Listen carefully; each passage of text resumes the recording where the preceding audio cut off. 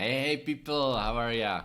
Hope you're doing great as always, and it's time for another session with Aunt Katie and Ark Invest. So maybe you've watched some of the previous videos. Basically, we're looking through the latest presentation deck for Big Ideas 2022. It's basically a summit that couple of hours of content from Cathie and her team, looking deeper into how the future might look like and what's important for you to know as an investor, how to prepare yourself for this huge disruption that's, according to ARK Invest, coming immediately, in a sense. And let's dig a little bit deeper. Today it's a couple of slides about artificial intelligence and how humans are to become superhumans. So let's see what they have to say and what we can do about it so we benefit and our portfolio grows alongside this innovation. So, according to Cathie and ARK Invest, artificial intelligence training cost appears to be declining at more than twice the rate of Moore's law as performance is increasing significantly, right? Moore's law, that's kind of a little one of the older laws concerning the transistors, where basically it says that the number of transistors per each silicon chip doubles every 2 years, and that reduces the cost of computing by 50%. And that's in a sense kind of the universal law of any kind of manufacture or processes, right? The more iteration we have, the more experience and expertise in that procedure. So obviously, you can see it if in your daily life, right? If you've maybe, just one of the crazy examples that popped in my mind is if you are assembling some of the furniture from IKEA or similar for the first time, you're like, what the hell is happening? Like, how is this supposed to come together? And it's, like different principle that you were used to, but somehow it fits together and you kind of figure out how it works. And the next time you get your IKEA, wardrobe or something, you kind of know what to do, so it's a little bit faster, and the next time it's a little bit faster. Or with any other, any other procedure you're doing, if you ever change tire on your car or something like that, or in your daily job, right, you are doing certain procedure and just getting better, slightly better with every iteration, and that obviously applies for artificial intelligence as well. And there is so many tasks that we can automate that it's almost endless, right? And AI should and could really boost productivity and just lower the labor cost significantly, again kind of improving our overall future.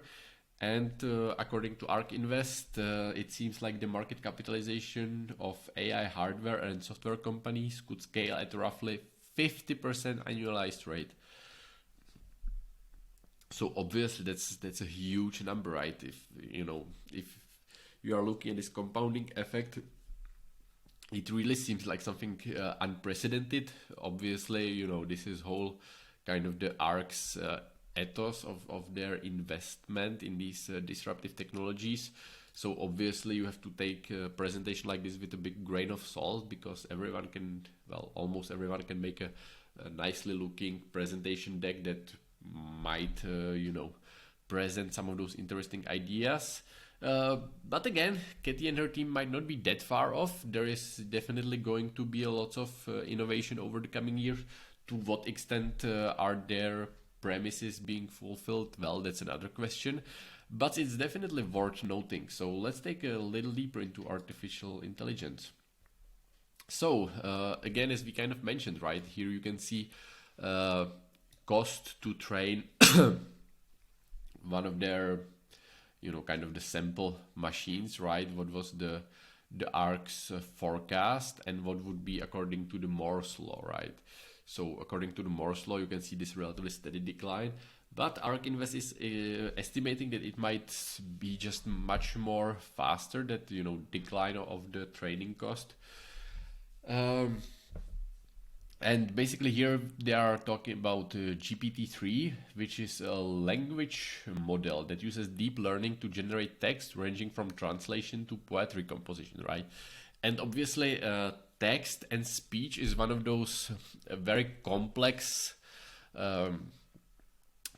ideas and complex systems that humans use, which is also super tricky, since you are having kind of a different meaning depending also on, let's say, your tone of voice, or on a composition of different words. Also different languages are having a different compositions, so it's one of those challenges that's often used as kind of a case example for training AI, how they can understand, interpret and compose their own text, and how is indistinguishable is it from like a human being. And basically what we now know is that from 2015 to 2020, the cost to train such a language model dropped 65% at an annual rate, from approximately almost 1 billion to only 4.6 million. And according to ARC's research, the cost will decline and might get as low as just $500 by the year of 2030. So, given 240 trillion synapses, the cost to train a neural network equivalent in size to the human brain in 2021 would have cost 2.5 billion, and is likely to drop to approximately 600,000 by 2030, right? So again, we are really reaching that scary scenario where we might be able to basically like simulate the something as complex as his human brain, which, even if their estimates are still, let's say, far off, we are definitely ranging a point where it's very much going to be in our capacity, right, to do such a feat approximately by the end of this decade. Even if it was, twice or three times as expensive, we are definitely in a range where it's worth it to just try. So that's obviously super crazy. And Wright's law models the cost declines of AI hardware and software, right? So before we were talking mainly on like the software training cost, but the same kind of goes for the training of the hardware. So production costs could basically decline at a 35% of annual rate, and the software improvements could contribute to an additional 37% in cost decline during the next 8 years. So it's kind of a convergence of hardware and software, which again, it just, as mentioned many times, it's just making everything much less expensive with every iteration. And that might significantly boost productivity of the humanity itself, but at the same time, in a sense, displace definitely lots of jobs, because many of our jobs are, in a sense, just a string of repeated patterns, right? Even if we talk about relatively complex jobs, there might be displaced, or in a sense they could also be assisted by AI, right? So in ideal case scenario, we want to use AI to basically create some kind of a symbiosis with our brains, so we are more effective as a human, and that can range in wide variety of professions, right? As a software developer, accountant, bookkeeper, lawyer, paralegal, office and admin support, right? Basically, I can definitely imagine like so many different, even relatively complex jobs, which might be just made significantly more effective, obviously with the help of AI and just advanced software, right? Because many tasks are still being done on some like a repeated basis. So if you instead have a kind of software which can basically just on your command do certain processes that you basically in a sense develop and have this smooth transition and cooperation with the AI, then it can like drastically improve the output of every single worker, right, across the industries. And and here we are again diving a little deeper into that how computers basically understand the language. And here they are having an example of OpenAI Codex, which can basically code on its own, right? So you are having this relatively simple coding exercise, such as make a red ball bounce around the screen into the software code, and the AI can basically, write you all the code that needs to happen in order for the task to be executed. So obviously, it starts on an example simple like this, but again, just extrapolate the results over the next couple of years, and what can be achieved is just out of this world. And here we are again talking about these productivity gains. Artificial intelligence is likely to boost the output of global knowledge workers by 9% at an annual rate, from 41 trillion to 97 trillion if we kind of combine AI plus human output, right? So it's again kind of a huge opportunity if you are able to basically, in a sense, augment your workers so they are more productive. Again, it's this scenario where like it's almost inevitable that many of the industries will be disrupted if and only they are not able to basically stay relevant, right? Because again, everything is changing super rapidly these days. But if you can adapt and develop your processes, align them with super trend, then you should be fine. And AI software should boost demand for AI hardware as well. So obviously, ARC estimates that SaaS companies spend approximately 50% plus of their COGS on infrastructure hosting.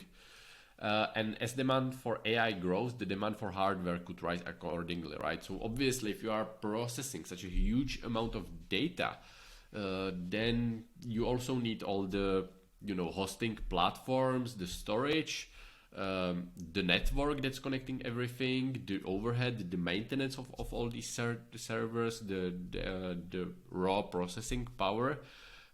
So obviously all of these goes hand in hand, and if we are improving AI at such a rapid pace, it also forces us to improve the hardware at a rapid pace, right? So these two are basically both reinforcing each other. If there is a demand for AI, there will be a demand for hardware as well.